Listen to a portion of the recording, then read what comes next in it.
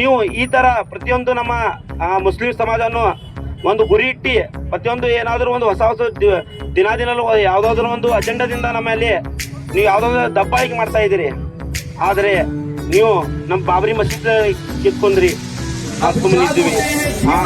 ನಮ್ಮ ಹೆಣ್ಮಕ್ಳ ಹಿಜಾಬ್ ಬಗ್ಗೆ ಬಂದ್ರೆ ನೀವು ಸುಮ್ಮಿದ್ದೀವಿ, ನಮ್ಮ ಕುರಾನ್ ಬಗ್ಗೆ ಬಂದ್ರೆ ನಾವು ಸುಮ್ಮಿದ್ದೀವಿ.